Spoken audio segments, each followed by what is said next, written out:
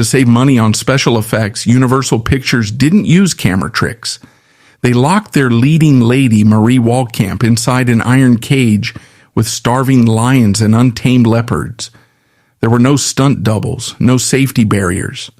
When the beasts inevitably mauled her, tearing her flesh open, the directors didn't call for help. They kept the cameras rolling. They weaponized her real blood and permanent scars to sell millions of tickets. But the second that daily terror shattered her nervous system, Universal threw her in the trash, leaving a broken woman to turn on a gas oven just to make the nightmare stop. But to dissect how a major American corporation could legally feed a human being to wild animals for profit, we must trace the architecture of this tragedy back to its absolute origins. The destruction of Marie Walcamp did not begin on a film set under the glaring lights of California. It began in the stark, grueling economic reality of the late 19th century American Midwest. Marie was born in Denison, Ohio, in 1894. The America she was born into was a country undergoing a violent industrial revolution.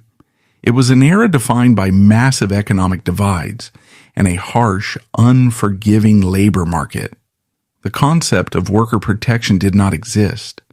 Men died in steel mills and coal mines daily, their deaths written off as the necessary cost of national progress.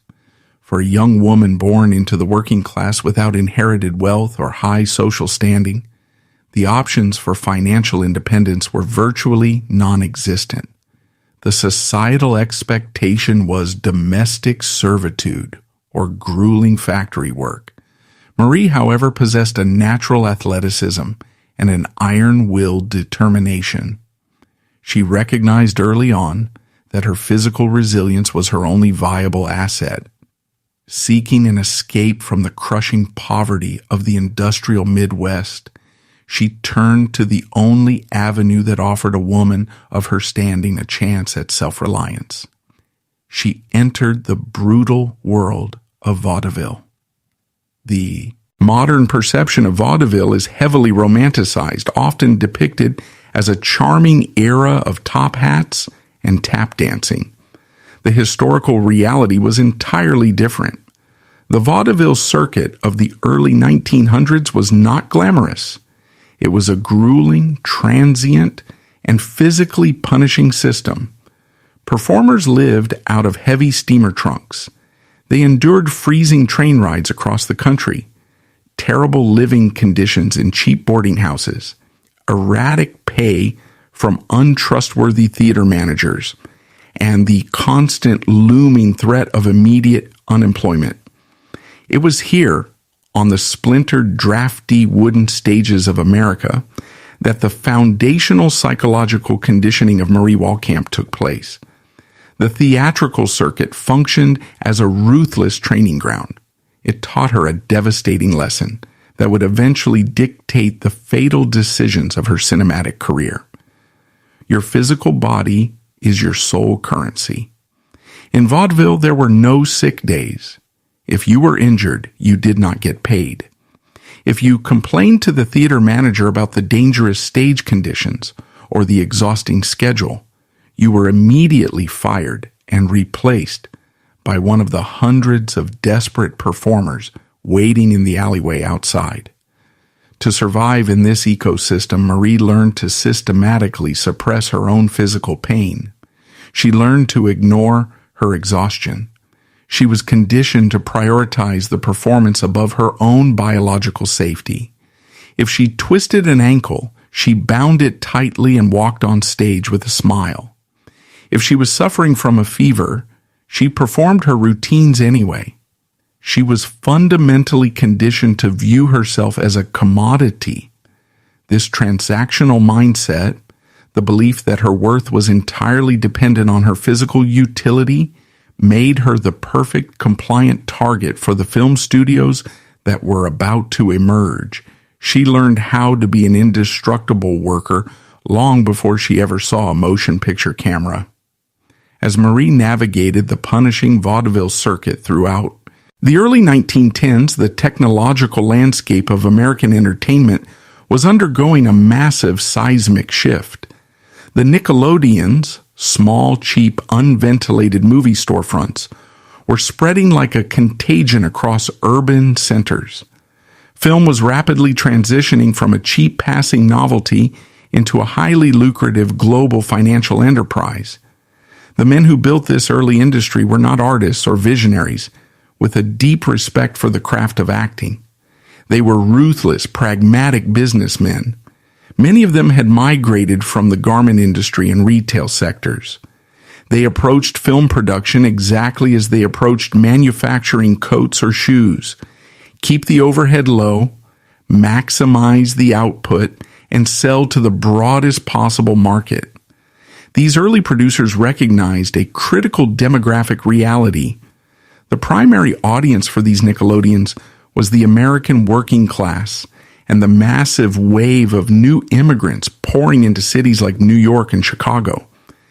These audiences, many of whom did not speak fluent English and worked exhausting 10-hour shifts in factories, did not want slow, nuanced, parlor room psychological dramas. They wanted visceral entertainment. They wanted relentless action, physical spectacle, and high-stakes survival. They wanted to see on screen the same desperate fight for survival they experienced in their daily lives, but magnified to a heroic scale. This specific market demand gave birth to a unique and highly profitable era in cinematic history, the era of the serial queen. Before male action stars like Douglas Fairbanks codified the Hollywood hero, women absolutely ruled the action box office. The serial queen was the antithesis of the delicate, fainting Victorian heroine. She was rugged. She was fiercely independent. She was physically indestructible. The women cast in these roles rode horses at a full gallop, jumped from moving trains, swung across ravines, and physically fought off armed attackers. The serialized format itself was a brilliant, predatory corporate strategy. Studios released short films weekly, and every single episode ended in a massive, life-threatening cliffhanger. The heroine would be left dangling over a cliff or tied to a railroad track as the screen faded to black.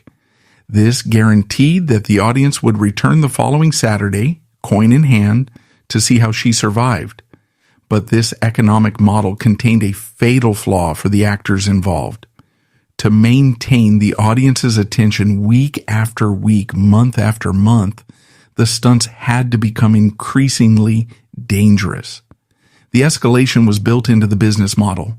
The women performing these feats had to take increasingly lethal risks just to keep the nickels flowing into the box office. Marie Walcamp transitioned from the stage to the screen precisely as this phenomenon was exploding. Seeking steadier pay, she migrated to California and was quickly absorbed into the burgeoning studio system. She did not possess the fragile porcelain features favored by traditional drama directors. She had the muscular build of a vaudeville survivor. She possessed an intense, commanding screen presence and a complete absence of visible fear. Universal Pictures, a relatively new but fiercely ambitious studio, recognized her potential immediately. When the casting directors and executives looked at Marie, they did not just see a talented actress. They saw a highly profitable human shock absorber. The man pulling the strings of this rising empire was Carl Laemmle. He was the founder and absolute dictator of Universal Pictures.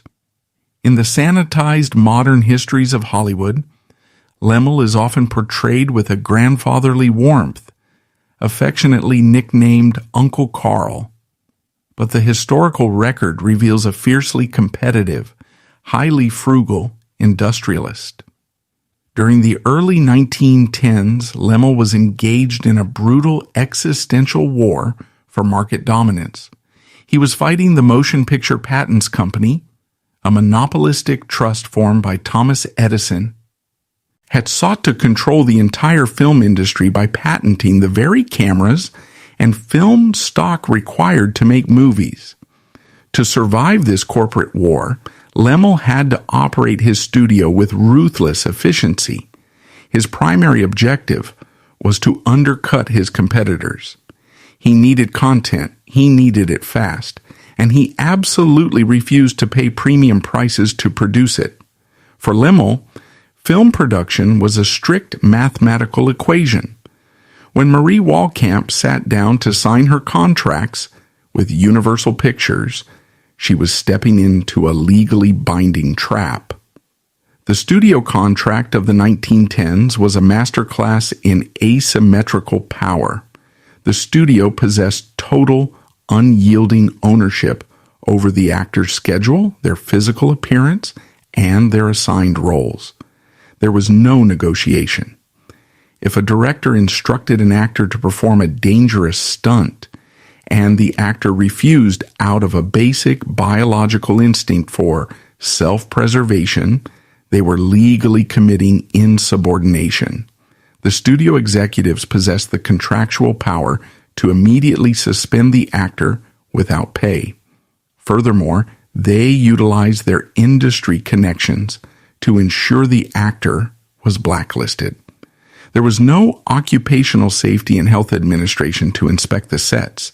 There were no labor unions to mandate safety harnesses or maximum working hours. The power dynamic was absolute. Marie Walcamp became a corporate asset, and her physical safety was entirely dependent on the goodwill of businessmen who viewed safety measures as an unnecessary drain on their profit margins. Universal rapidly positioned Marie as their ultimate daredevil.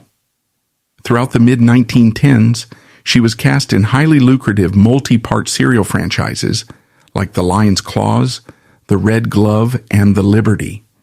She became the living, breathing emblem of Universal's action brand. The revenue she generated for the studio was staggering. The nickels and dimes collected from urban audiences mesmerized by her stunts funded the rapid expansion of the universe. Sal Lot. She was one of the central financial pillars of the early Universal empire. She was building their global brand with her own sweat, bruised muscle, and fractured bones. However, the relentless mathematics of the cliffhanger economy began to catch up with the studio. Jumping off a train or riding a horse through a fire was no longer enough to satisfy the public. The audience's appetite for adrenaline had grown insatiable. They wanted exotic locations. They wanted lethal, unpredictable threats. They wanted the raw, visceral thrill of nature. They demanded wild animals. In a modern cinematic environment, inserting wild animals into a film involves highly paid professional tamers, complex optical illusions, safe compositing techniques, or computer-generated imagery. In the 1910s, creating safe optical illusions required specialized technicians, expensive film stock, and time-consuming laboratory work. Professional animal tamers demanded exorbitant daily wages to keep their beasts under control.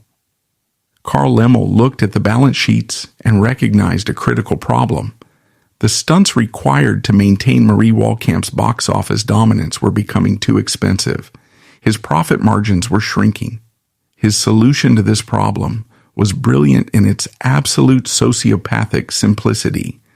He realized that the cheapest, most efficient way to put a wild animal on screen with his leading lady was to simply buy the animals, lock them in a cage with her, and turn on the cameras. The vaudeville survivor who had built his studio, the woman who had generated millions of dollars for his corporation, was about to be officially downgraded from an actress to live bait.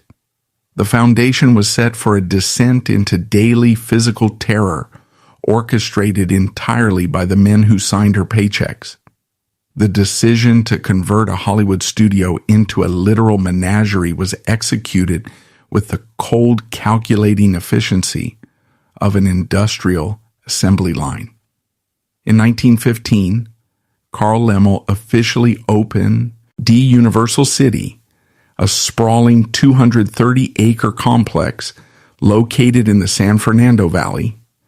It was heavily marketed to the press as a glittering metropolis of art and imagination, complete with its own police force, fire department, and post office. It was designed to be a self-sustaining municipality entirely dedicated to the mass production of motion pictures. But behind the pristine white facades of the administrative buildings, Laemmle constructed a far darker, strictly utilitarian infrastructure. He built the Universal City Zoo. This was not a conservation effort, nor was it a public attraction designed for zoological education.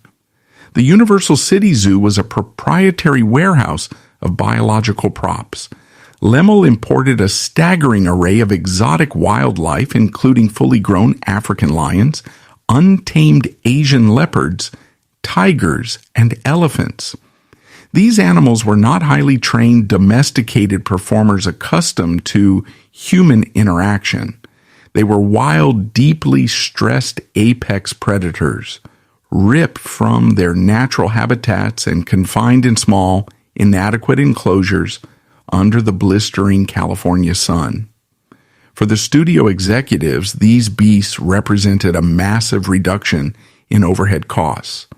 Instead of paying exorbitant daily fees for specialized stunt coordinators or pioneering complex, expensive camera tricks to simulate danger, Universal now possessed a ready supply of actual lethal danger entirely under their corporate control. The mathematical calculus applied by the studio was profoundly cynical. The animals were considered sunk costs. They had already been purchased and shipped to the lot. Marie Walcamp, the star of their most profitable adventure serials, was already on the payroll under a fixed, exclusive contract. Combining the two in a single shot cost the studio virtually nothing in additional expenditures. But placing a human being in a confined space with a starving predator requires an immense degree of coercion. To understand why Marie Walcamp stepped into those enclosures, we must critically examine the nature of the trap that held her in place.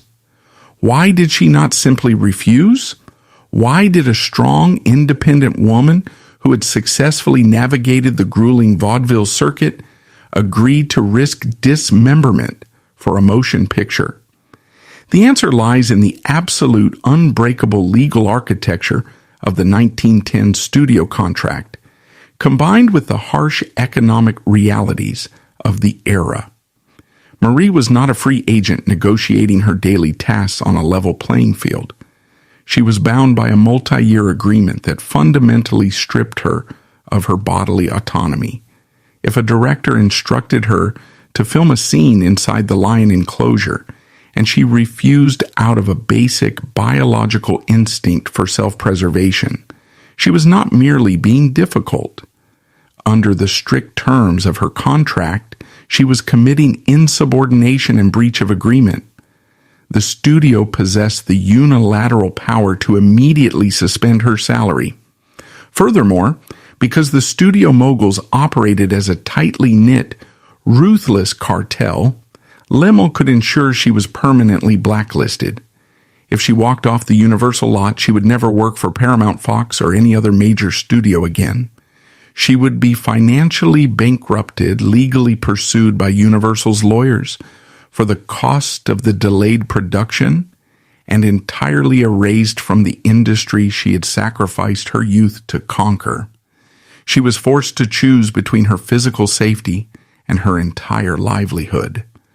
Recognizing that poverty in the 1910s was its own kind of death sentence, she submitted to the cage.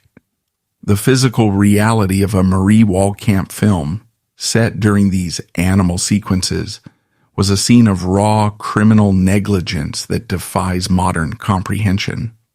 When the production schedule dictated an animal encounter, The filming did not take place on an open savanna with long lens cameras safely positioned hundreds of yards away. It took place inside heavily fortified iron-barred enclosures located right on the studio low, E. The environment inside these cages was claustrophobic and saturated with terror. The dirt floors were hot. The unshielded lighting rigs used to expose the slow orthochromatic film stock were blinding, and the air was thick with the scent of stressed captive carnivores. There were no safety protocols in place. There were no hidden barriers of safety glass separating the actress from the beast. There were no highly trained sharpshooters standing just off camera with tranquilizer darts ready to intervene. When the heavy iron door clanged shut behind her, Marie Walcamp was entirely alone. The cruelty of the production was not merely passive.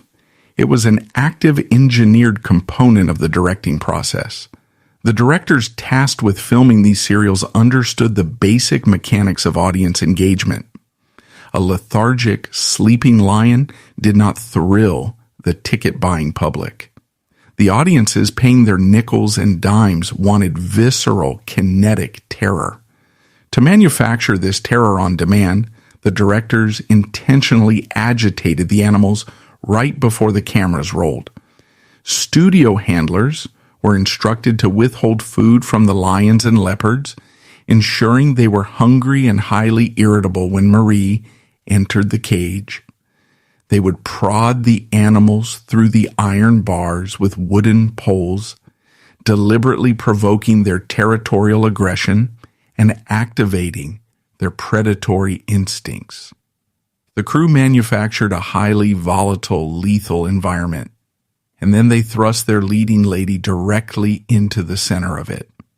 Marie was not a trained animal whisperer. She had no mechanism, no specialized knowledge to control a provoked, starving leopard. When the director yelled for the action to begin, her entire objective was reduced to raw, primal survival. She had to run, dodge, and physically fend off the attacks that the studio had purposefully engineered. It was in these moments that the inevitable bloody reality of Carl Lemmel's cost-cutting strategy manifested. The animals, and confused by the bright lights, deafened by the shouting crew, and agitated by the handlers, did exactly what apex predators are biologically programmed to do when trapped in a confined space with a perceived threat or prey. They attacked. Marie Walcamp was not merely at risk of being bitten. She was repeatedly, severely mauled during the normal course of her employment. The archival records of her film shoots are a catalog of horrific industrial accidents. Leopards lunged at her throat. Lions swiped at her legs with claws capable of tearing through muscle and bone. She was bitten, deeply scratched, and knocked to the dirt by beasts weighing hundreds of pounds. The teeth sank into her flesh, tearing her skin open and exposing her to massive infection. In an era before the discovery of penicillin, a deep puncture wound from a carnivore's tooth carried a high probability of fatal sepsis. The studio was gambling with her life on a daily basis. Yet, the most chilling aspect of this violence is not the behavior of the animals, but the protocol executed by the human beings observing it. When Marie was attacked, when the leopard pinned her to the ground and she screamed in genuine, unscripted agony, the crew did not rush forward to save her. They did not pry the animal's jaws open or beat it back with chairs. They stood safely behind the heavy iron bars, completely protected from the carnage they had orchestrated. The director did not call for medical assistance. Instead, he barked orders at the cameraman. The cameraman, following strict studio directives, did not stop cranking the primitive wooden camera. He kept his eye glued to the viewfinder, meticulously keeping the bleeding woman in focus. Film stock was expensive, and a genuine mauling was considered an incredible piece of cinematic luck. They kept rolling the film, capturing every second of her terror and every drop of her blood until the director finally yelled cut. Only then, once the desired footage was safe, lie secured in the camera magazine, did the handlers step in to pull the beast away. Marie was dragged from the enclosure, bleeding profusely, her costumes torn and her body permanently scarred. She was patched up by studio doctors, given rudimentary bandages, and told to prepare for the next setup. The studio executives had successfully avoided paying for expensive optical illusions. They had captured lightning in a bottle, using the real blood and permanent disfigurement of their star actress as a free production asset. When a modern worker suffers a catastrophic physical injury on an industrial factory floor, the standard corporate protocol is immediate containment. The machinery is halted, the victim is quietly transported to a hospital, and the public relations department scrambles to suppress the details to avoid legal liability, regulatory fines, and public outrage. But Universal Pictures in the late 1910s did not operate under the constraints of modern industrial liability. When the executives reviewed the daily rushes and saw the footage of Marie Walcamp being dragged out of the Universal City Zoo enclosure, her skin laid open by the claws of a leopard, they did not order a cover-up. They recognized that the blood soaking through her torn costume was the most valuable marketing asset their studio possessed. The systemic, repeated physical trauma was horrific, but the corporation was not finished exploiting her. They prepared to shift their operation from physical endangerment to psychological manipulation. They were about to weaponize her agony to sell millions of tickets, transforming an act of gross corporate negligence into a national spectacle. To comprehend the sheer, calculated depravity of Universal's strategy, we must examine how the early Hollywood publicity machine functioned. When a modern worker is injured on the job, the corporation immediately attempts to shield the details from the public to avoid regulatory scrutiny and legal liability. But the studio system of the 1910s operated in a legal vacuum. There were no federal workplace safety agencies to investigate the Universal City Zoo. Carl Laemmle and his executives did not fear a government audit. They only feared a drop in ticket sales.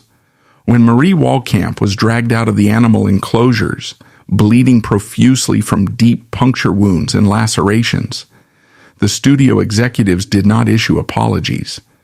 They immediately dispatched their set photographers to her dressing room and later directly into her hospital room.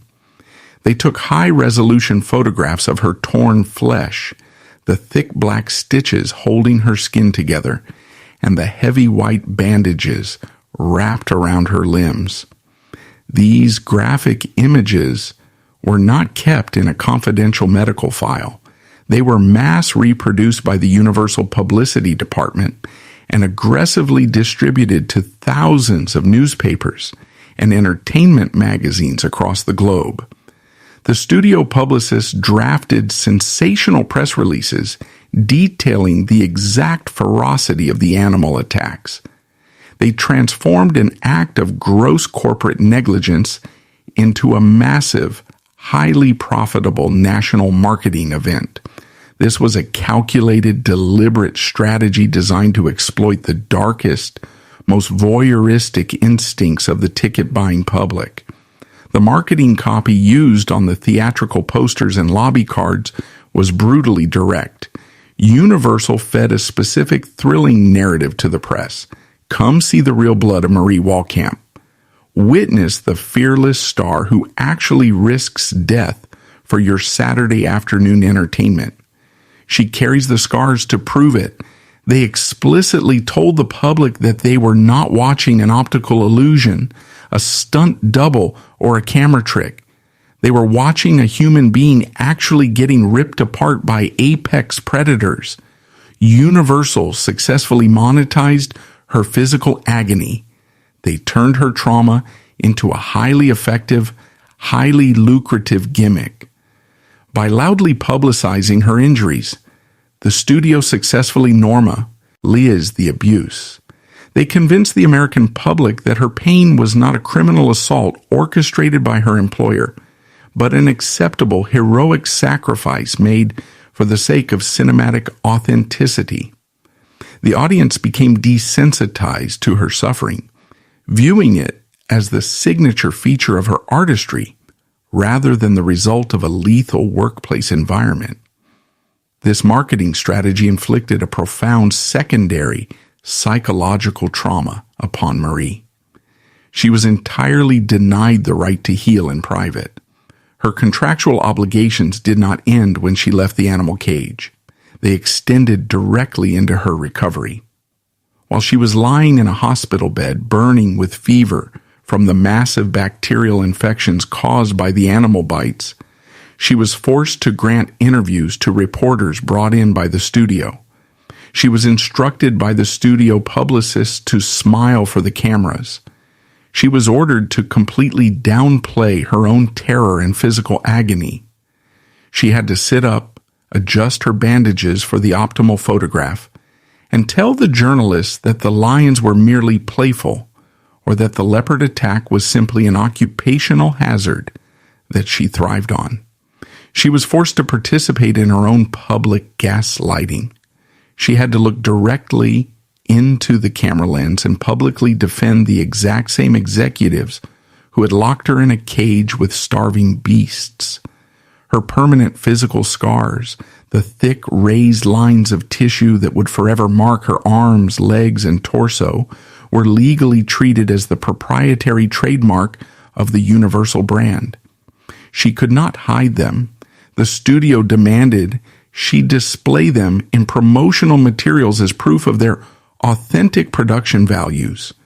She was stripped of her dignity, forced to parade her disfigurement to sell movie tickets.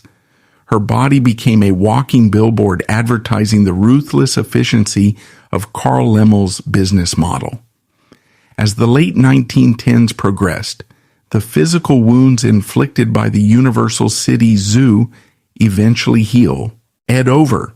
The human body possesses a remarkable capacity for cellular repair. Bones knit back together and torn muscle tissue forms dense scars. But while the visible bleeding stopped, a far more devastating invisible destruction was taking root inside her nervous system. We must shift our focus from the physical trauma to the absolute psychological deterioration of Marie Walcamp. We must recognize that the human brain is simply not biologically built to survive lethal, inescapable threats as a daily professional requirement. The studio heavily promoted the image of the serial queen as a fearless, unshakable woman made of iron. But this was a necessary corporate fabrication. While Marie's physical body may have been extraordinarily resilient, her mind was rapidly, quietly decaying under the sustained pressure of her environment. To understand her mental collapse, we must look at the fundamental biology of trauma. When a human being is faced with a lethal threat such as a charging leopard, the amygdala, the fear center of the brain, instantly hijacks the body. It floods the nervous system with massive doses of adrenaline and cortisol. The heart rate skyrockets, breathing becomes shallow and rapid, and blood is diverted to the muscles to prepare for a fight to the death or a desperate flight for survival. This is a vital evolutionary mechanism designed to keep human beings alive in moments of extreme, rare danger. However, this physiological response is meant to be highly infrequent. The human nervous system is not built for sustained trauma. You cannot trigger this massive chemical dump every single day without causing severe, irreversible systemic damage. Marie Walcamp was forcing this extreme fight-or-flight response daily. Every time she walked onto the studio lot, every time she heard the roar of the lions from the enclosures, and every time the heavy iron door of the cage clanged shut behind her, her brain chemically prepared her to die. She was subjected to a constant, unrelenting adrenaline tax. She was paying for Universal's box office dominance with the structural integrity of her own neurological health. Over years of filming these serials, the chronic flooding of cortisol began to physically rewire her brain. In the modern medical era, we possess the clinical vocabulary to diagnose this condition. We call it post-traumatic stress disorder. We understand the necessity of immediate psychiatric intervention. But in the late 1910s, the clinical understanding of psychological trauma was practically non-existent. The medical establishment was only just beginning to grapple with the concept of shell shock in soldiers returning from the mechanized slaughter of the First World War.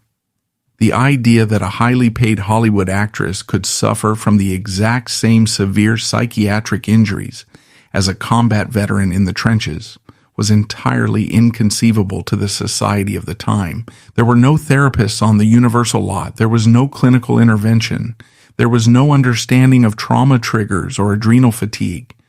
The studio doctors were employed solely to patch up physical lacerations and dispense heavy painkillers to keep the actors walking. There was only the brutal, unforgiving mandate from the directors to hit her marks and complete the picture on schedule. Because she possessed no vocabulary to explain what was happening to her and no medical support to treat it, Marie suffered her psychological collapse in absolute suffocating silence. The internal symptoms of her trauma were debilitating. She developed severe crippling anxiety that transformed her entire existence into a battleground. She existed in a constant, trembling state of hypervigilance. Her nervous system, permanently damaged by the repeated animal attacks, was stuck in the on position. She could not relax. She could not sleep. When she closed her eyes, her brain forced her to vividly relive the moments the animals pinned her to the dirt. She suffered from terrifying night terrors, waking up screaming, her heart hammering against her ribs, completely unable to distinguish her safe bedroom from the predator enclosure. The scent of the studio lot, the sound of a director shouting through a megaphone, or the sudden movement of a stagehand could trigger a massive, paralyzing panic attack. The studio executives did not view her deteriorating mental state with empathy. They viewed it as an annoying logistical hurdle. To the executives, her trauma was simply an operational failure, a defective asset, slowing down production. Universal loved her physical scars because they could be photographed and monetized, but they possessed absolutely zero tolerance for her mental scars. A physical laceration proved her bravery to the press. A mental breakdown halted the production schedule and cost them money. The industry operated under a cruel binary logic. If an actor could physically stand up, they were fit to work. The directors began to notice her hesitation. They saw the tremor in her hands before she stepped into the enclosures.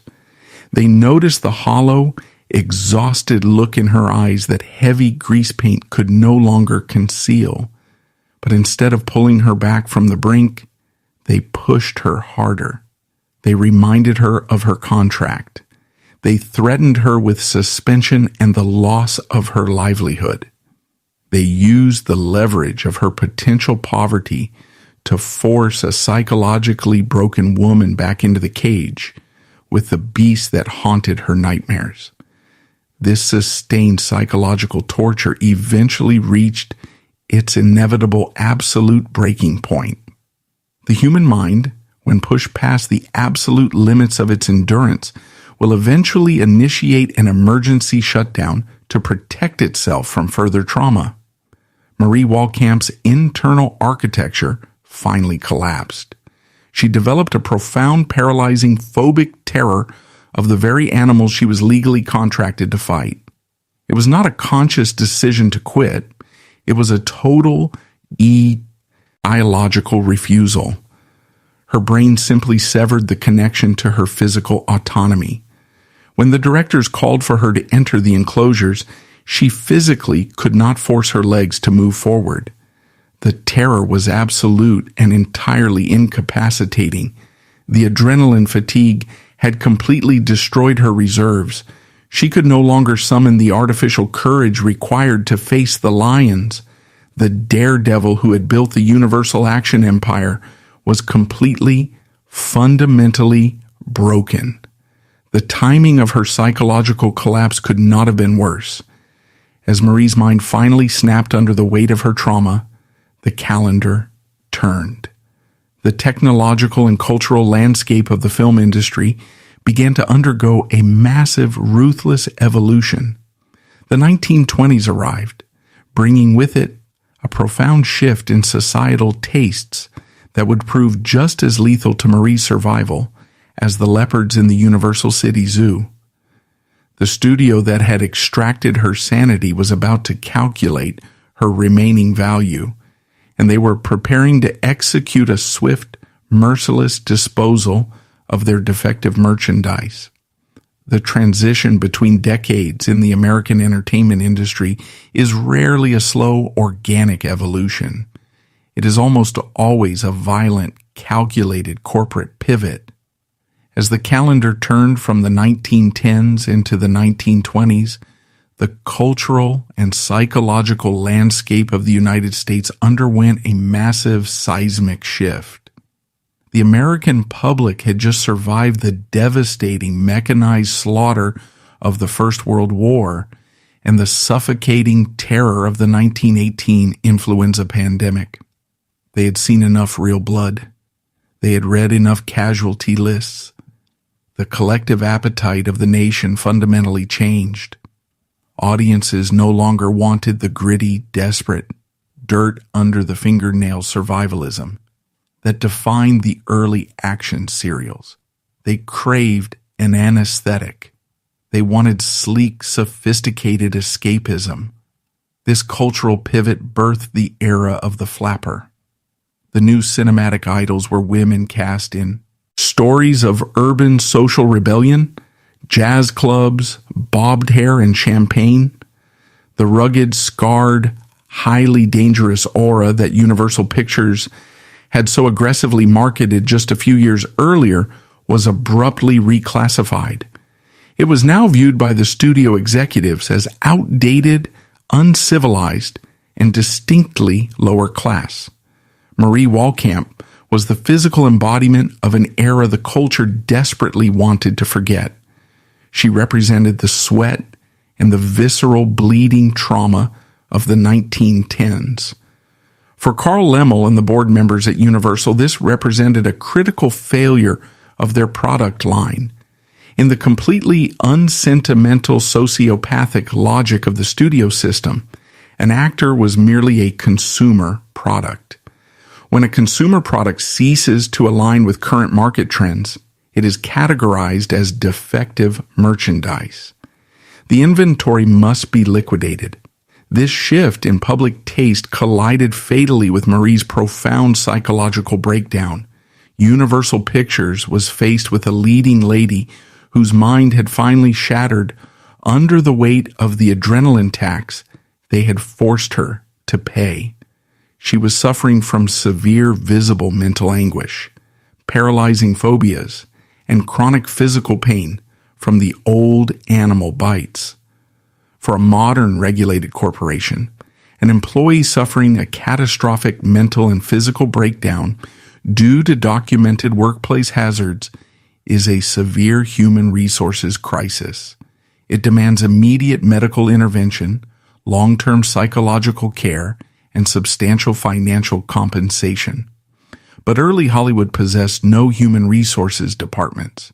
They possessed no legal or moral obligation to care for the human beings they broke.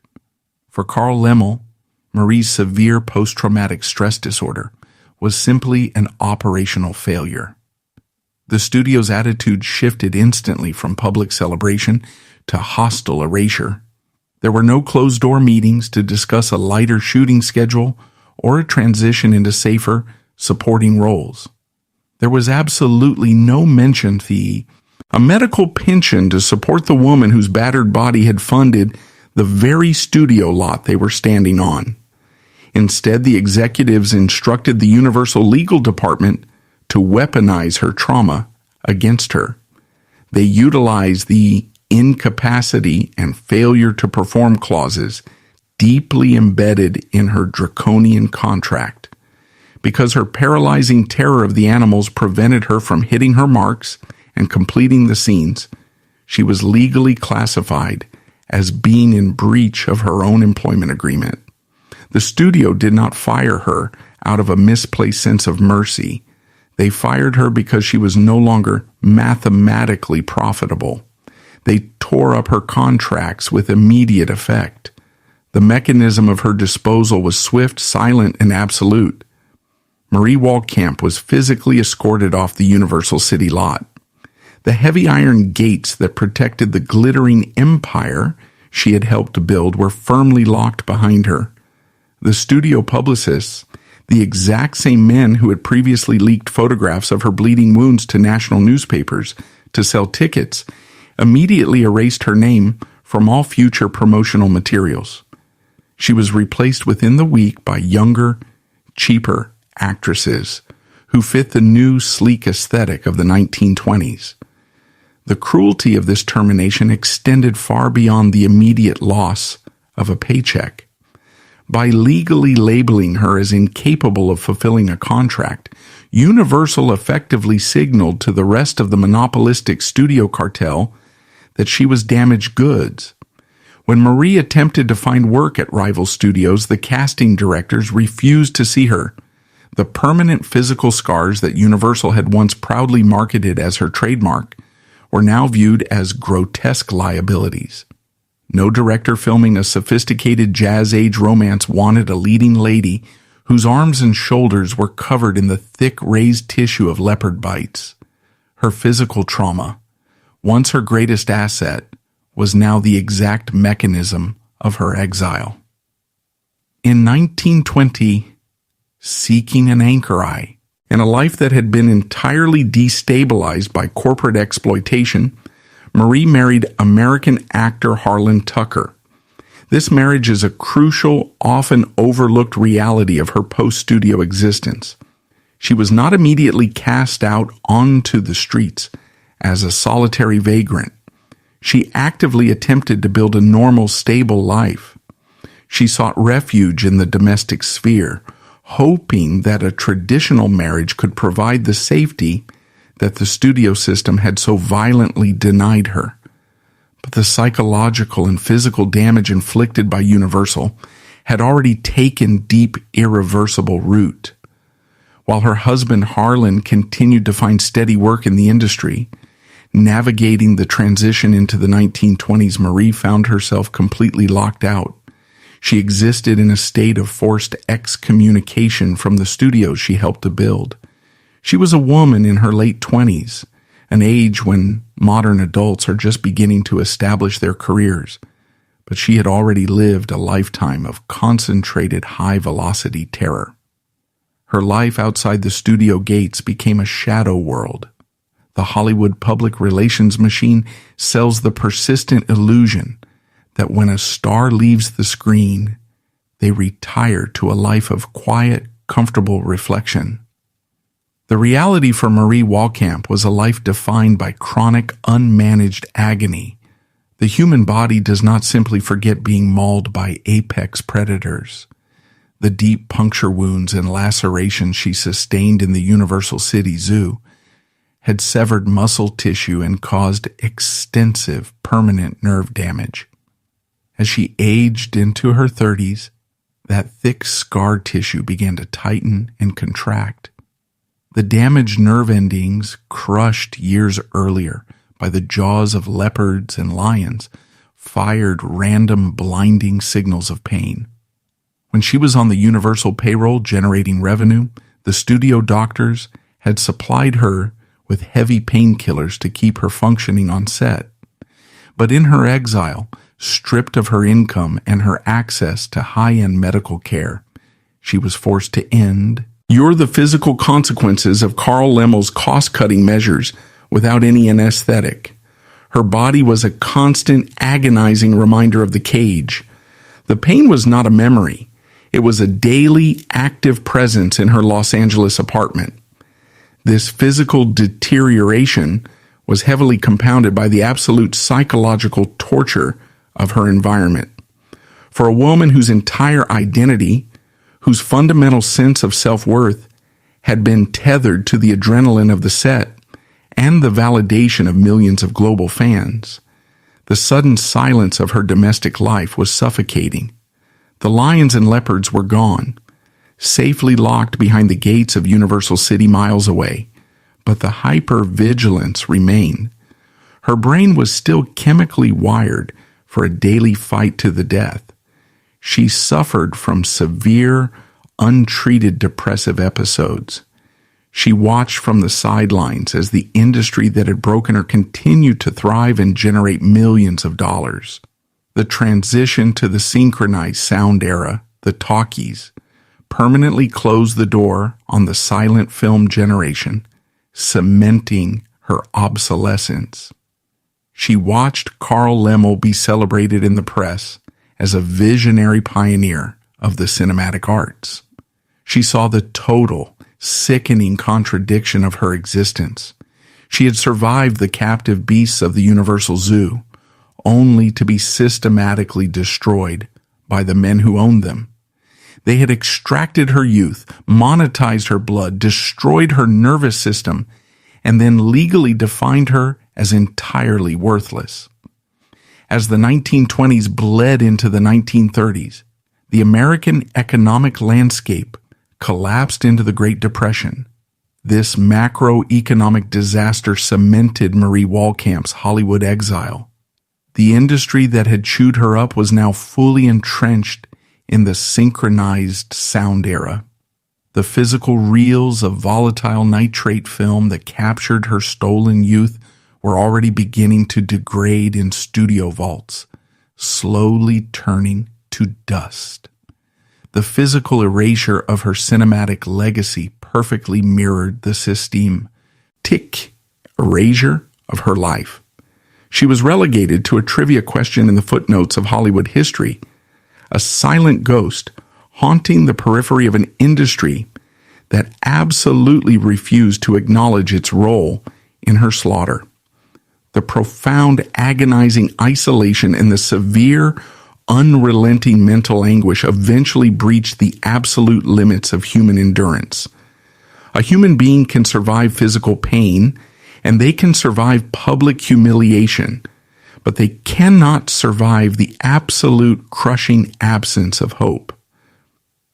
By November of 1936, Marie Walcamp was 42 years old. She looked at her scarred body and the permanently closed doors of the industry that had consumed her. She realized with a devastating clinical clarity that the system that had monetized her pain would never allow her to return. There was no comeback waiting for her. There was no medical cure for her shattered nerves. There was only the daily grinding reality of nerve damage and terror. The decision to end one's own life is rarely the dramatic, highly stylized event depicted in Hollywood motion pictures. It is almost always a quiet, pragmatic surrender to an unbearable, unceasing pain. It is the final desperate attempt to exert control over a body and a mind that have been entirely stripped of their autonomy. On November 17, 1936, in the cramped, quiet confines of her apartment, Marie Walcamp made her final decision. There were no cameras rolling. There was no director shouting through a megaphone to agitate the beasts. There were no studio publicists waiting in the wings to photograph the aftermath. She simply ensured she was alone, sealed the doors against the draft, and walked into the kitchen. She turned on the unlit gas oven. She lay down and allowed the heavy toxic fumes to fill the small room. The carbon monoxide slowly displaced the oxygen in her failing lungs. It was a quiet, suffocating death, a stark, chilling contrast to the roaring, violent, high adrenaline life that Universal Pictures had foreshadowed upon her. She fell asleep, finally achieving the absolute silence and the permanent anesthetization that the medical establishment and the studio executives had denied her. When her body was discovered, the reaction of the Hollywood establishment was a masterclass in calculated corporate indifference. The studio executives who had built their massive administrative buildings on the direct profits of her serials did not issue public statements of mourning. They did not halt production on the Universal lot for a moment of silence. The trade papers and entertainment magazines printed brief, reductive obituaries. They framed her death as a simple, unfortunate suicide, completely disconnecting her final act from the years of physical maulings, psychological terror, and corporate abandonment that had directly caused it. They buried the truth of her exploitation right alongside her body. The story of Marie Walcamp is not a traditional Hollywood tragedy. It is not a cautionary tale about the inherent dangers of sudden fame, nor is it a simple story of a vulnerable woman who could not handle the pressures of the limelight. To frame her life through that sanitized, romanticized lens is to fundamentally disrespect her memory and to entirely miss the brutal historical reality of her existence. Her life is a stark, unvarnished historical record of corporate cruelty. It is a forensic blueprint of how unbridled capitalism operates when human beings are legally reduced to the status of disposable industrial machinery. She was a woman of immense talent, undeniable physical courage, and extraordinary resilience. She survived the grueling gauntlet of vaudeville. She anchored a nascent global industry, and she repeatedly faced down apex predators with nothing but her bare hands. She did not fall. She was systematically pushed into the abyss by a corporate monopoly that recognized the exact monetary value of her blood. Carl Laemmle and Universal Pictures sold the American public a jolly, glittering, manufactured dream. They built an empire on the illusion of daring adventure and heroic survival, but the foundation of that empire was cemented with the shredded nervous systems, the torn flesh, and the silenced trauma of the women they exploited. The Universal City Zoo was not a movie set. It was a slaughterhouse disguised as entertainment. When we look back at the classic black and white films of the silent era, we are often mesmerized by the fragile beauty captured on the celluloid. We marvel at the pioneers who built the foundation of modern entertainment. But the story of Marie Walcamp forces us to look past the silver screen and confront the men standing safely behind the cameras. It demands that we acknowledge the catastrophic human cost of unchecked corporate power. They took a resilient woman from Ohio, stripped her of her bodily autonomy, locked her in a cage with starving animals to save money on special effects, weaponized her permanent disfigurement to sell tickets, starved her into the margins of society when her mind finally broke, and then blamed her for dying. Marie Walcamp was murdered by the machinery of early Hollywood. The gas oven was merely the final physical mechanism, but the studio executives were the men who turned the dial. By refusing to accept the studio's fabricated, sanitized history, and by speaking the unvarnished truth of what she endured, we strip the power away from her abusers. She was erased by a machine that valued budget sheets far above human life, but the truth of her profound, heartbreaking courage remains the one thing Universal Pictures could never successfully bury.